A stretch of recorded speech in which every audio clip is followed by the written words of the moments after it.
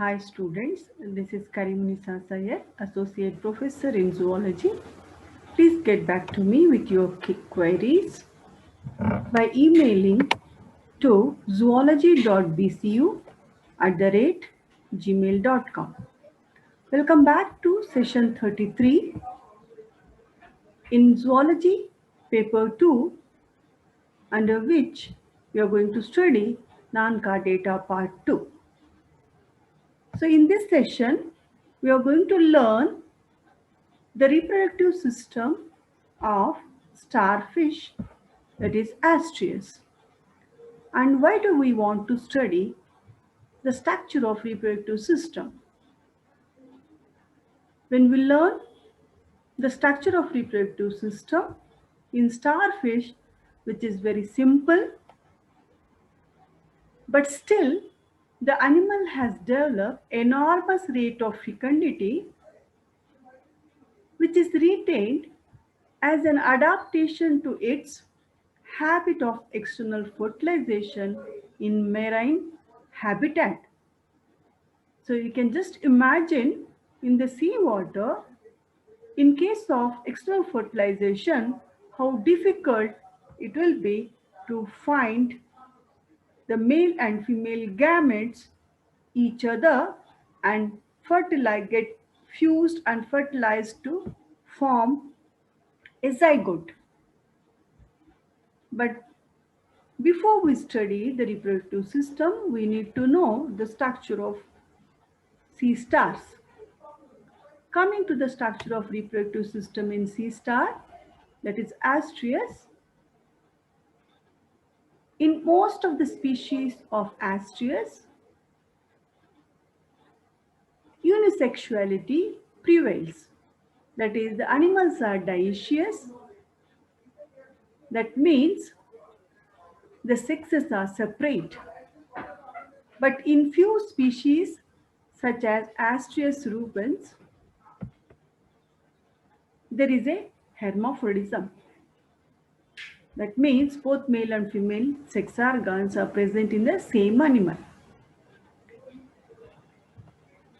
In the case of Astreus, though the animals are unisexual, there is no sexual dimorphism. That means we will not be able to identify male and female starfishes based on their external characters or morphological characters. But during breeding season, some sort of color difference exists between these males and females. The female gonads may be light pink or orange in color, as you see here in the picture, whereas the male gonads are gray or white in color. The reproductive organs of Astreus are of primitive type and lack most of the important structures like copulatory organs, accessory reproductive glands, receptacles for storing ova, and reservoirs for storing mature sperms. There are only gonads which act as reproductive organs. And you can also see the location of gonads here in the cavity of arm. They are located in between the pyloric CK and ampulla of 2 feet. The male gonads are called testes and female gonads are called ovaries. Each sexually mature male or female individual therefore contains 5 pairs of testes or ovaries, 1 pair lying free laterally in the proximal part of each arm between the pyloric, CK and ampullae.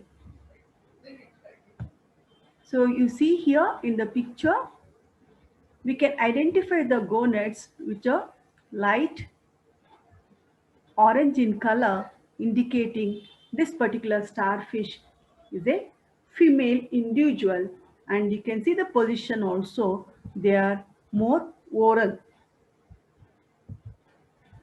The testes and ovaries are morphologically similar. As I have told, there is no sexual dimorphism. Each gonad appears as an elongated, feathery tuft or tuft of tubules or bunches of grapes, whose size varies greatly according to the proximity of spawning time. That means according to the maturity of the gonads. Obviously, in a mature individual, the gonads occupy the entire perivisceral space of the arm.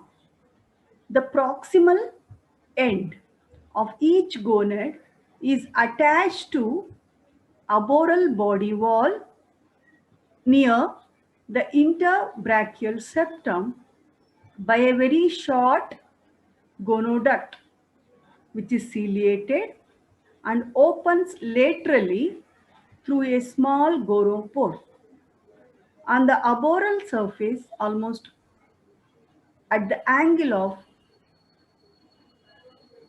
two adjacent arms.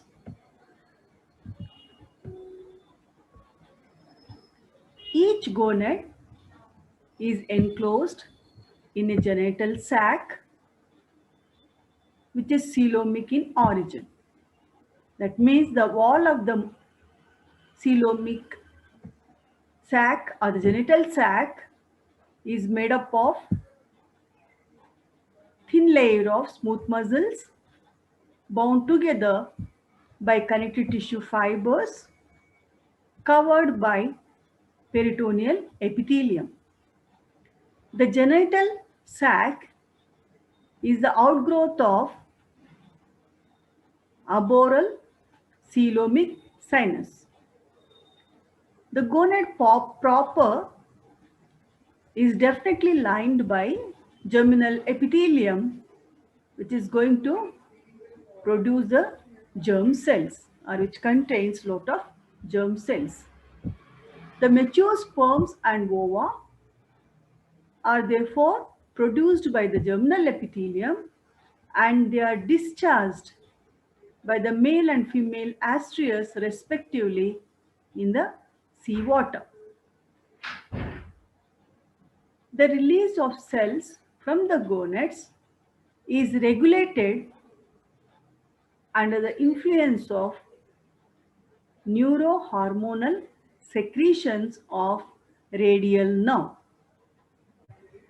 So as we have studied, the structure of reproductive system in asterias is very simple,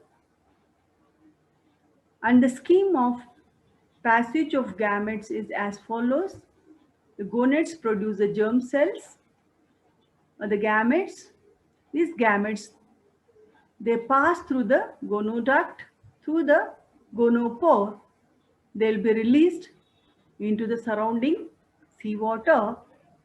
So thereby fertilization is said to be external.